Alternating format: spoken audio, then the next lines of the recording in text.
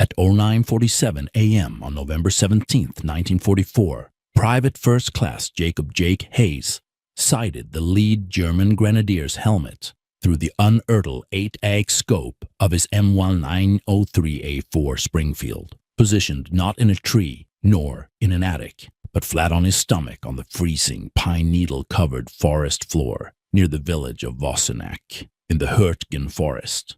Hayes was the last effective sniper in the entire 28th Infantry Division sector.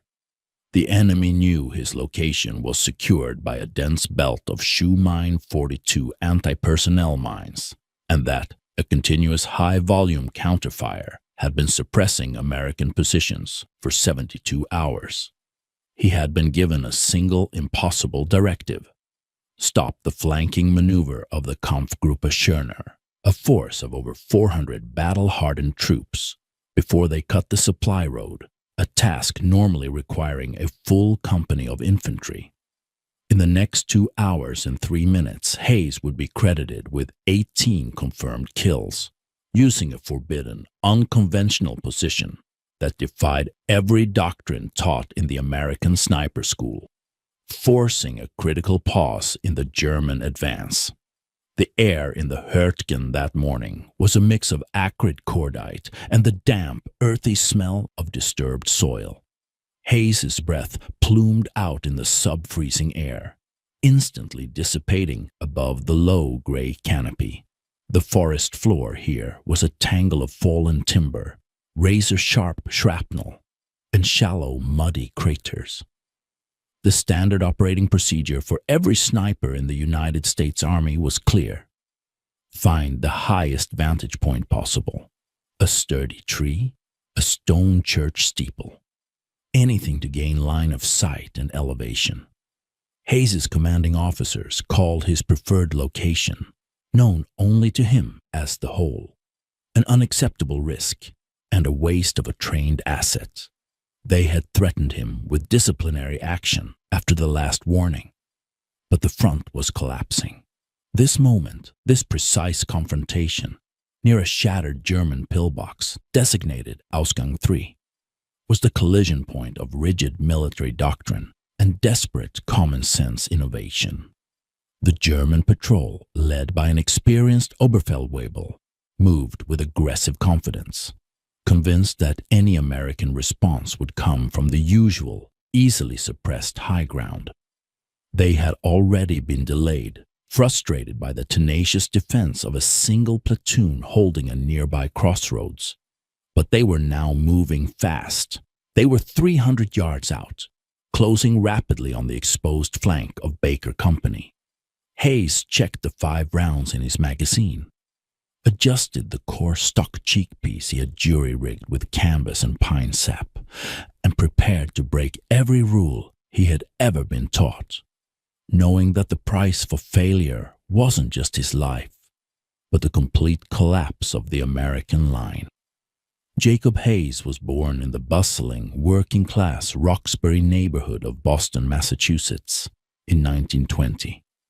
His childhood was defined by the relentless rhythmic clang of the Four River shipyard, where his father worked as a welder.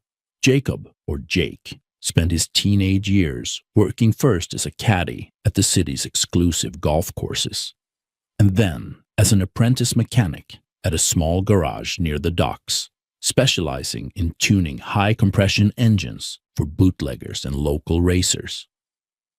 The hours were long. The work was dirty, but the attention to detail was everything. He learned to feel the subtle vibration of a faulty timing chain, to spot a hairline fracture in an engine block, and to understand that small misalignments caused catastrophic failures. This blue-collar background provided him with an instinct for mechanical precision and an exceptional ability to read terrain. Caddy work had forced him to read the subtle slope of a green, the wind speed, and the distance to the pin with almost unconscious accuracy. The mechanic work made him intensely aware of vibration, recoil, and the perfect balance required for a mechanism to function optimally. Jake was fiercely stubborn.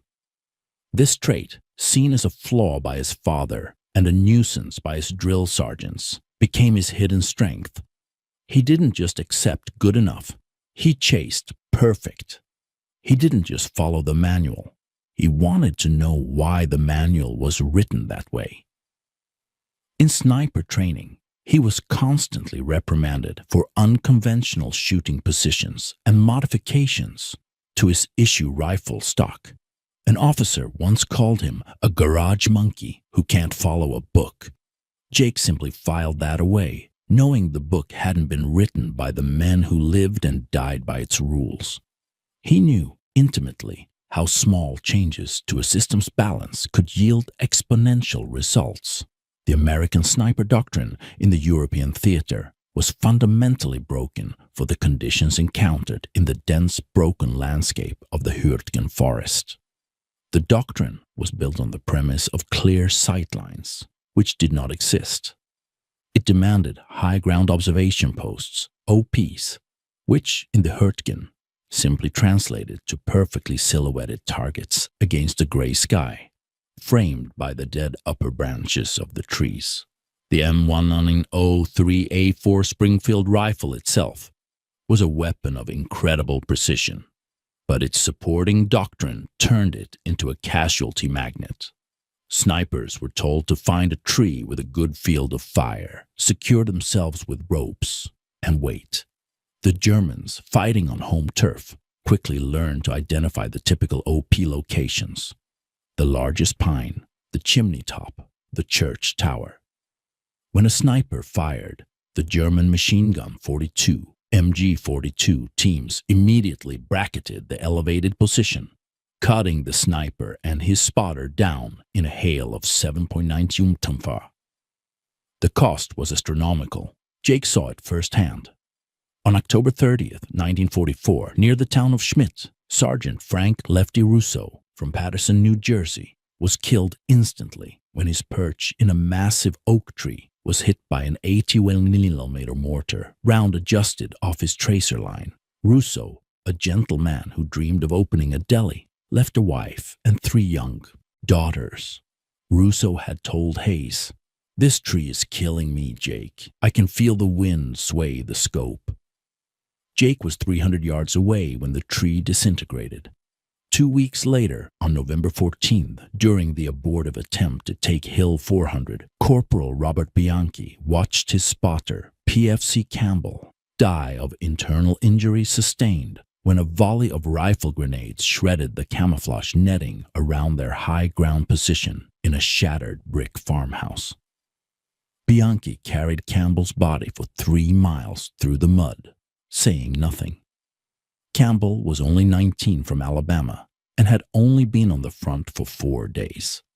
A third, chilling example occurred on November 16th.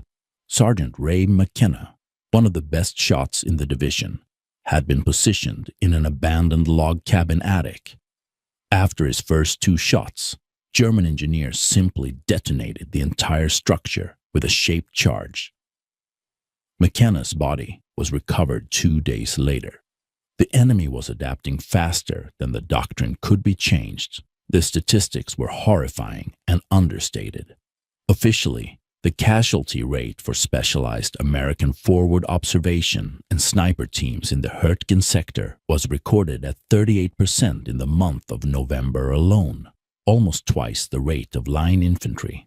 Unofficially, Jake estimated that 6 out of every 10 snipers who chose a high ground OP were hit within 48 hours of deployment. The German counter-sniper teams, often using captured Russian PU-scoped Mosin Nagants or their own Kar 98K with Zeiss Zielvier scopes, were systematically hunting American elevated positions, leading to a profound sense of helplessness.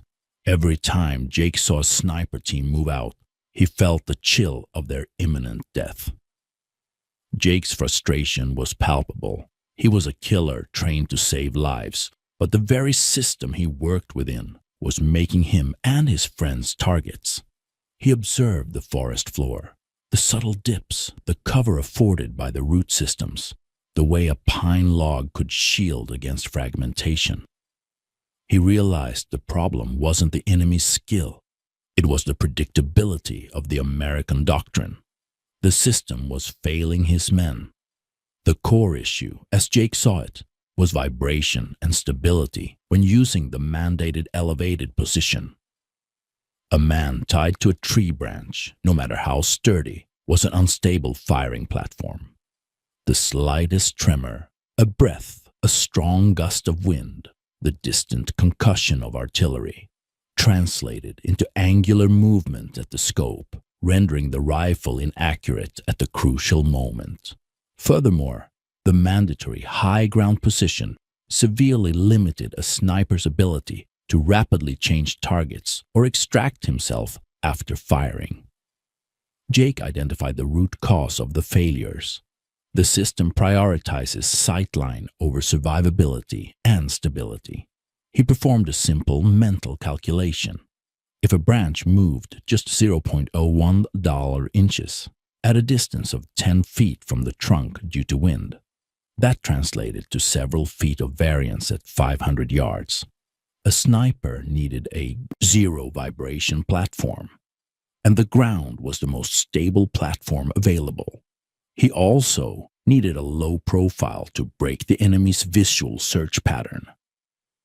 Jake brought his observation to Captain Edward Foster, the company executive officer, a man known for his rigid adherence to field manuals.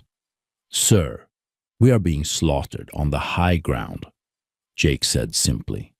"They know exactly where to look. We need to go under them." Foster, a recent West Point graduate with no combat experience, dismissed the concern instantly. "Hayes, the sniper manual is clear.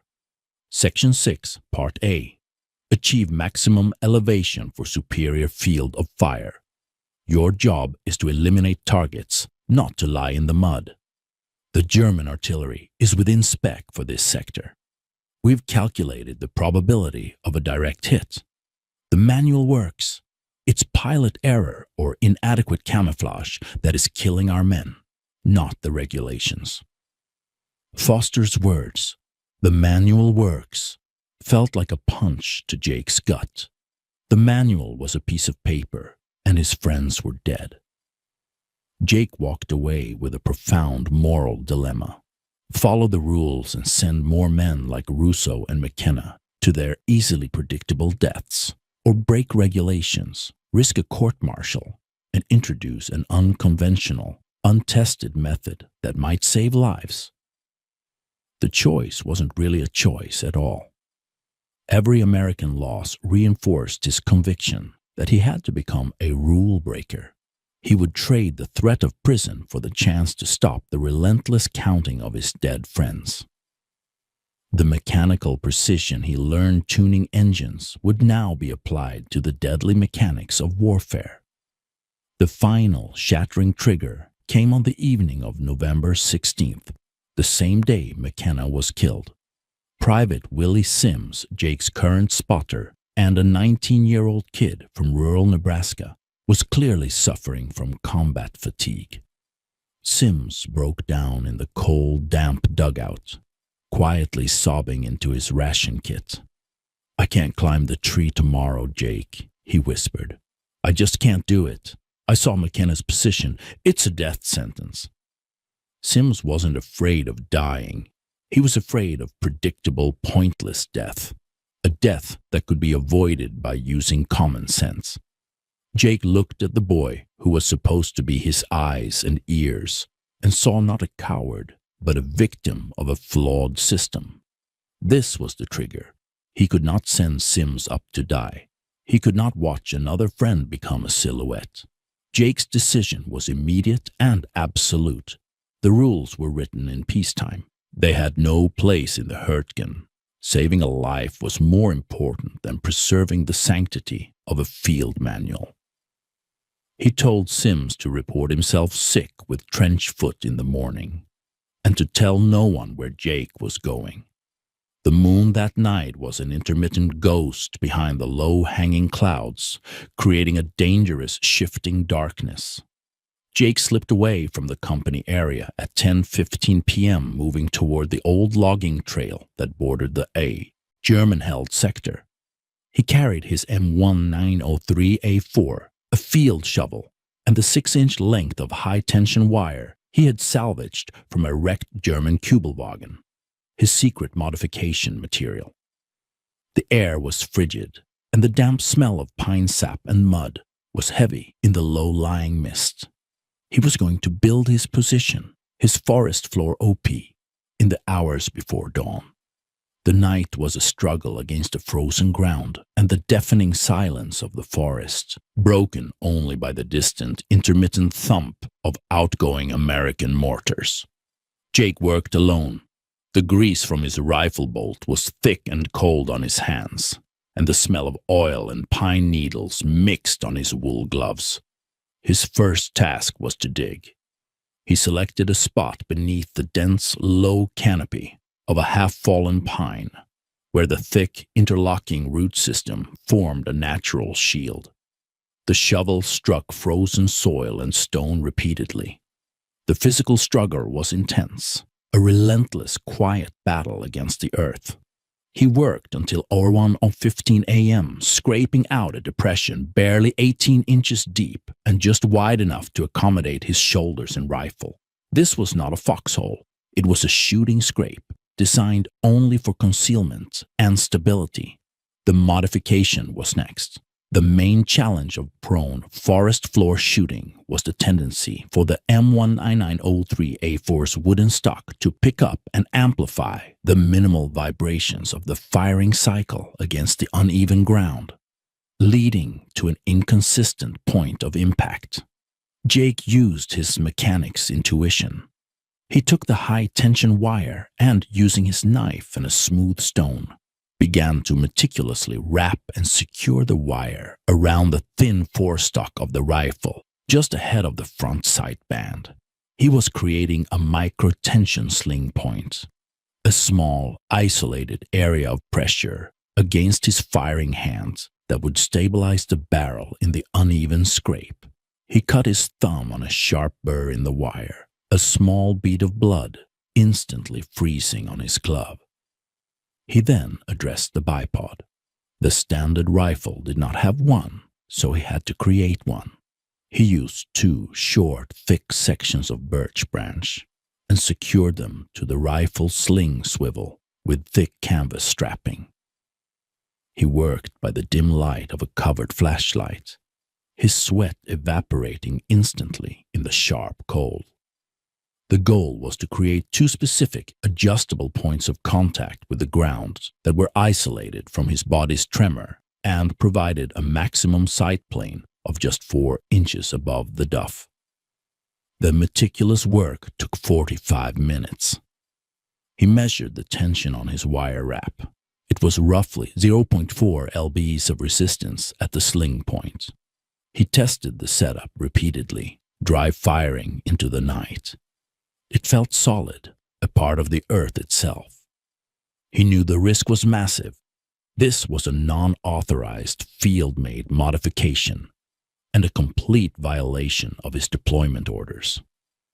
If he was caught, the least he faced was a court-martial for destruction of government property and disobeying direct orders. The worst was dishonorable discharge and prison time. But as he settled into the scrape, the cold seeping through his clothes, he felt a moment of doubt quickly replaced by commitment. The rifle felt balanced, right. The ground was his friend. He had built the perfect machine for this terrain, a precision instrument rooted in the cold, damp earth. He was ready. Hayes did not return to the company line.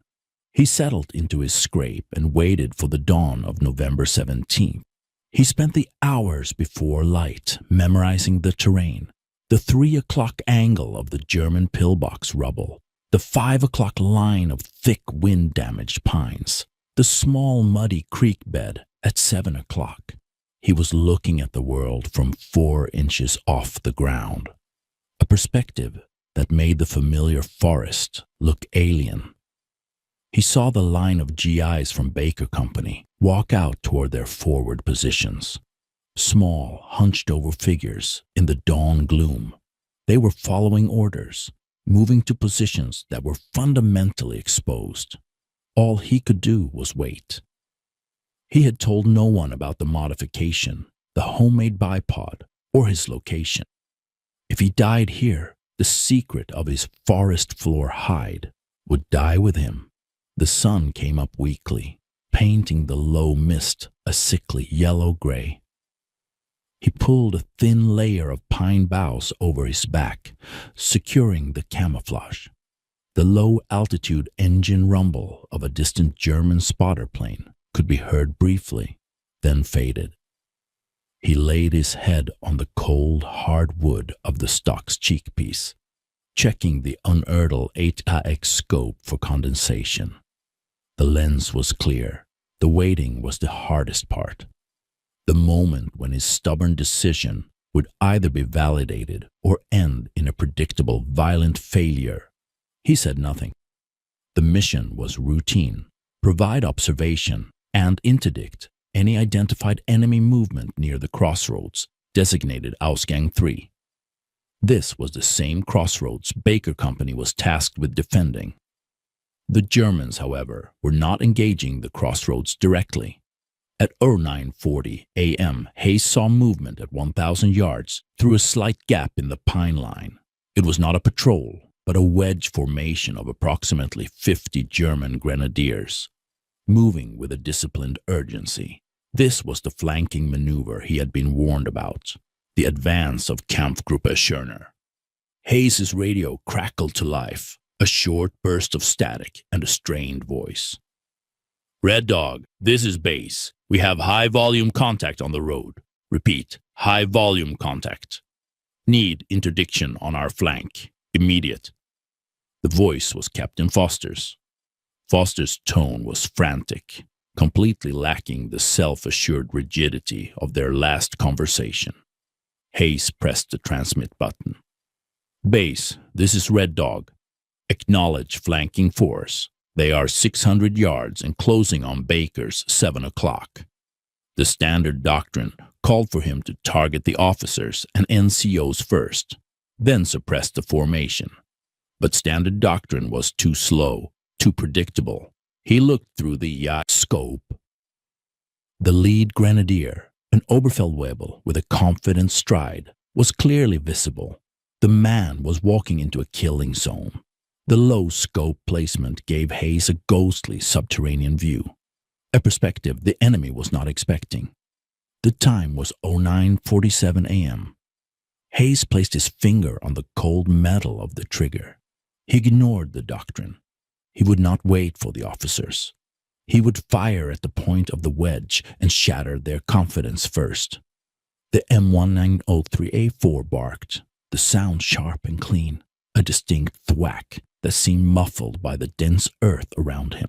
The recoil was a solid, manageable nudge, absorbed almost entirely by the ground and the precisely tensioned wire modification, not by his shoulder. The scope barely jumped. The lead grenadier's helmet snapped back, and he collapsed instantly into the muddy depression, his Car 98K clattering away. Hayes cycled the bolt, fast. The mechanical action was smooth, the shell ejecting cleanly. 09:48 a.m. The Germans were stunned. They immediately dropped and began scanning the high ground. Their eyes were trained on the treetops. This was the moment the forbidden solution became decisive. Hayes, mere inches from the forest floor, was invisible. A German NCO stood up, yelling a command, pointing toward a tall pine tree. Bad choice. Hayes adjusted the elevation slightly. The man was at 520 yards. He fired. Hit. The underofficer spun and fell backward, his command lost in the sudden spreading terror. Hayes cycled the bolt. 2 kills in under a minute. The formation scrambled for cover, diving behind stumps and fallen timber. The immediate, sharp-shooting accuracy from an unknown source terrified them. Their training dictated a counterfire pattern focused on the upper canopy. 09:50 a.m. A German MG-42 team began spraying the suspected high ground position, sending a continuous stream of 7.92 mm rounds high above Hayes' scrape. The bullets whispered through the high branches, wasted ammunition. Hayes tracked a grenadier who was attempting to flank wide to the right, using the 6-inch thick trunk of a shattered birch as cover. The man was running, a small, dark shape. Hayes led him by less than a foot. 7 seconds of pure focus. He fired, hit. The man stumbled, dropped his weapon, and collapsed, clutching his chest. Hayes worked the bolt, his pace mechanical, relentless. His civilian experience as a mechanic, the constant demand for precision under pressure, had taken over. He was simply tuning a rifle system to maximum efficiency. 09:55 a.m. 4 kills. The flanking maneuver had stalled. The lead element was pinned, completely disoriented. The most dangerous threat emerged. A German sniper team of 2, a man with a Zeiss Zielwehr and his spotter, who had just set up in a distant standard doctrine high ground position in a sturdy oak. The German sniper was the first to realize the fire was coming low. He began methodically sweeping the forest floor. The distance was 800 yards. This was the eyeless edge of the M1903A4's effective range. Hayes knew he had only one shot. The slightest vibration would make this impossible. He held his breath. The German sniper was turning his rifle, sweeping toward Hayes' position. Hayes focused on the bright reflection of the German scope's glass. He squeezed. The recoil was the firmest yet, but the rifle held its 0. The German sniper's reflection vanished. Impact. The German slumped forward. The spotter immediately dropped his binoculars and fled. 10 a.m., 6 kills. He had eliminated the counter-sniper threat. Hayes kept firing, using the brief window of opportunity created by the enemy's confusion. He tracked the men as they moved from cover to cover, firing quickly, accurately. His low profile and the stable bipod allowed him to track, acquire, and fire in less than 6 seconds per target, unheard of in the unstable high ground positions. 10:30 a.m., the German formation was decimated. They were no longer advancing, merely trying to survive and extract their wounded. Hayes was down to 800 rounds remaining, total estimated ammunition for a sniper for this duration. The final threat came as the Germans attempted to retreat.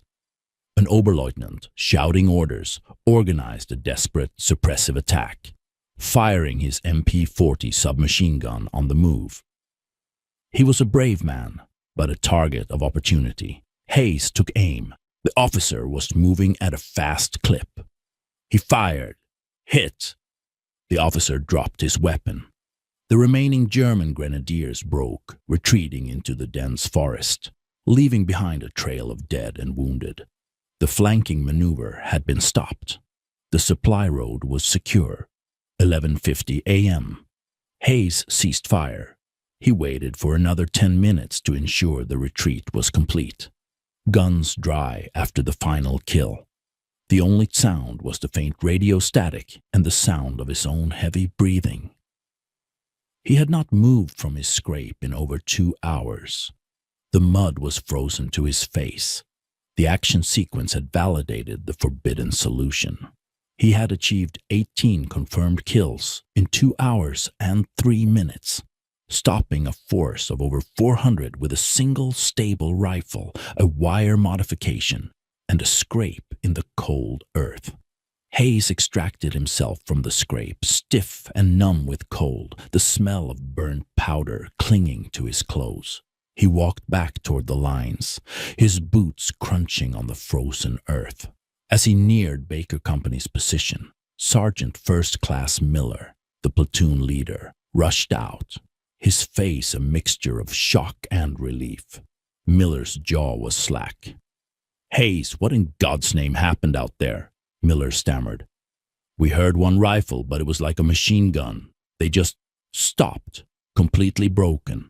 Our spotters are reporting 18 bodies, maybe more, left on the tree line. The lead German officer is dead. 18 confirmed kills, 0 probables, 1 man. Hayes' reaction was calm, matter of fact. The adrenaline was fading, leaving only the dull ache of the cold. I found a better firing position, Sarge. It was stable. Miller, a hardened veteran, walked over and looked at Hayes' rifle, noticing the crude homemade bipod and the high-tension wire wrapped around the stock. What did you do to your rifle, Hayes? That thing is not standard issue. It shoots, Hayes said simply, shrugging off the scrutiny. He focused on the immediate task. He began to check the damage on Miller's position, processing the raw data of the kill streak. Miller's crew chief, a corporal named Dean, was counting the impact craters on the pillbox. The amazement was universal. The men felt they had been saved by a ghost. Later that afternoon, back in the relative safety of the rear, Private First Class Ted Harrison, a sniper from the adjacent 110th Regiment, heard the stories.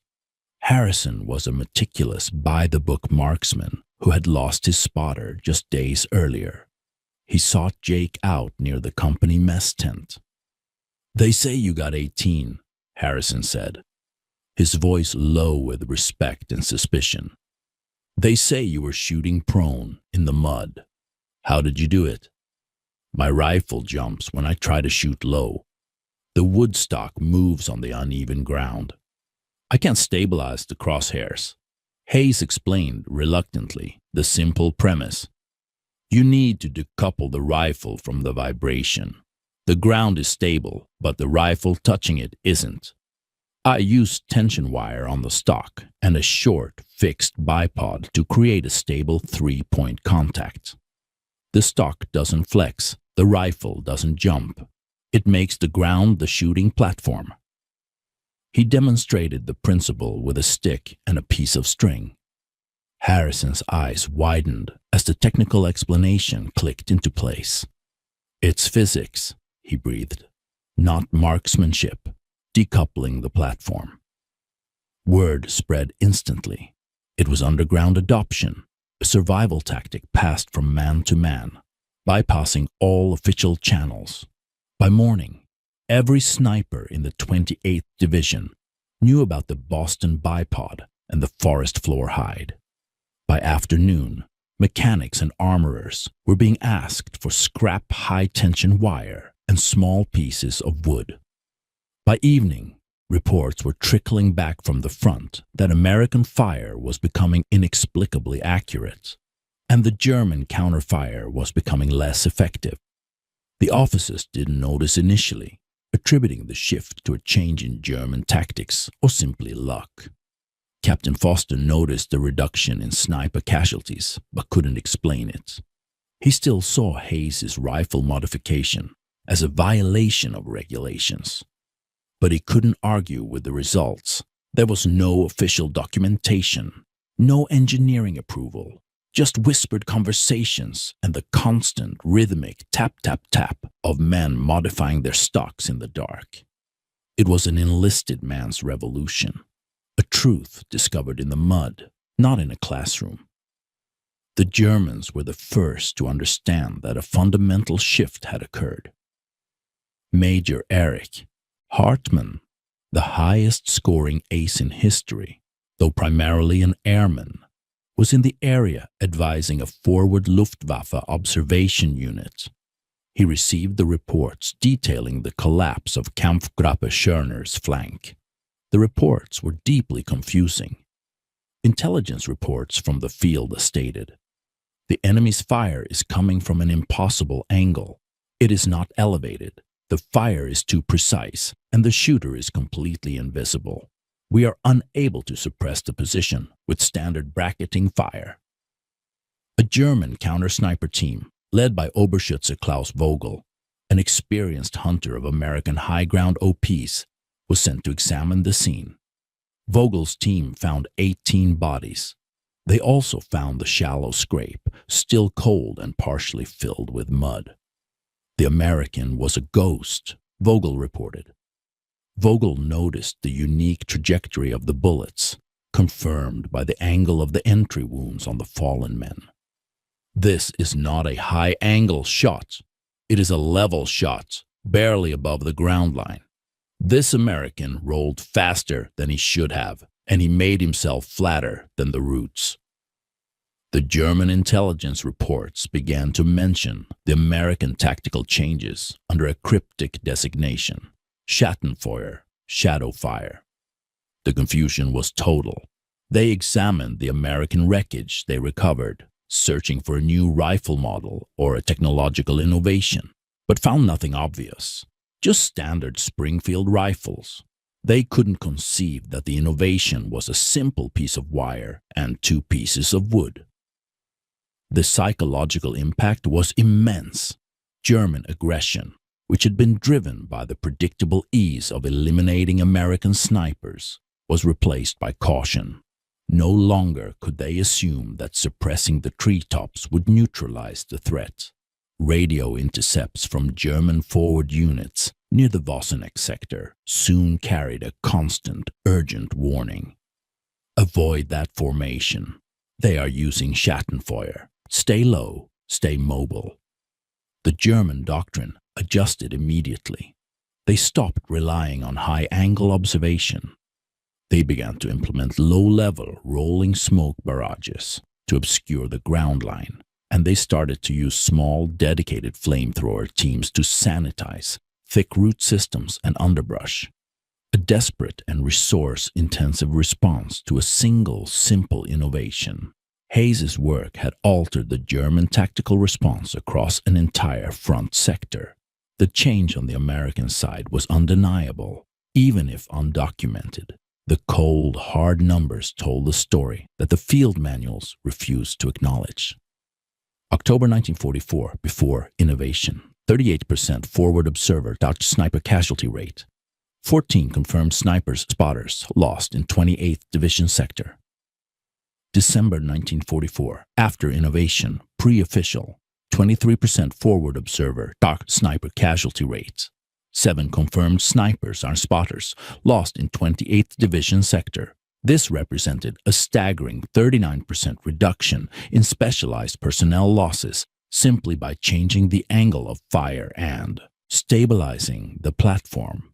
Conservative estimates credit Hayes's initial innovation with immediately saving 12 specialized American air crews and their spotters across the 28th Division over the next 3 weeks by reducing the exposure time and increasing accuracy, allowing the surviving snipers to dominate the crucial close-quarters combat of the forest. The sudden, unexplained increase in American accuracy and the simultaneous drop in American sniper losses eventually forced the hand of division command. The paper trail of casualties simply stopped flowing at the old predictable rate. An inspection team, led by an engineering officer, was sent to the front to investigate the unconventional application of field equipment. The officer, a Major Thompson, found the homemade bipods and tension wiring on nearly every Springfield A4. Major Thompson's report sat on desks in divisional headquarters for nearly 6 weeks. The debate was fierce. Punish the entire corps of snipers for violating regulations and destroying government property, or approve the method and risk setting a precedent for enlisted improvisation. The results, however, were too overwhelming to ignore. The engineering team grudgingly evaluated the modification, concluding that the 4-stock stabilizing wire provided a measurable reduction in muzzle climb and a superior bedding contact point for prone firing on uneven surfaces. They didn't call it a bipod. They called it an asymmetrical support contact system. In February 1945, an order quietly came down from headquarters. Not for a new weapon, but for a new training program. The regulation was not changed, but a special prone firing doctrine was authorized for the ETO's, European Theater of Operations, dense forest sectors. The doctrine detailed a firing position that sounded exactly like Hayes's forest floor hide. Hayes received no official recognition. He was not given a medal or a commendation. Instead, he was immediately reassigned to a temporary duty as a specialized firing instructor for the new training program, ensuring his method was taught to the next generation of snipers. The official documentation attributed the improvement to a series of localized engineering analyses and improvements in individual training regimen. Hayes's name was never mentioned in any after-action report regarding the Wassenaar sector, only in the duty roster for a low-level training cadre. Jacob Hayes survived the war, a quiet, effective killer who carried his secrets with him. He returned home to Boston in the summer of 1945, refusing the hero status the local newspapers briefly tried to confer upon him for his general service record. He went back to his working-class roots. He opened a small garage in South Boston, Hayes Automotive, specializing in high-performance engine tuning. The meticulous focus he once applied to zeroing his rifle was now applied to setting the perfect carburetor float, level, and ensuring the proper valve clearance on a flathead V8. Hayes never talked much about the war. When he was asked about the Hürtgen Forest, he would usually just reply, "It was wet and cold." He maintained a quiet annual ritual. Every year on November 17th, he would take a new, perfectly tuned rifle to a remote shooting range, place it on a simple block of wood just above the dirt, and fire a single, perfectly aimed shot. No ceremony, just a quiet acknowledgement of the men who didn't come home. He lived a long, unremarkable life, defined by quality mechanical work and quiet routine. Jacob Jake Hayes died in 1992 at the age of 72 in a quiet suburb south of Boston. His obituary, a one-paragraph notice in the Boston Globe, mentioned his service with the 28th Infantry Division in the European Theater and his successful automotive business. It made no mention of the forest floor hide, the high-tension wire, or the 18 Germans who fell to his gun in 2 hours. The special prone firing doctrine quietly spread. After the war, the principle of a stable ground contact firing platform became standard in the U.S. Army's new sniper school curriculum.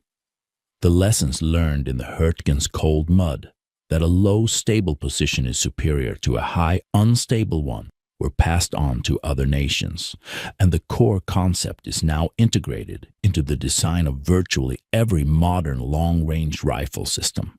From the introduction of the Harris bipod to modern precision chassis systems.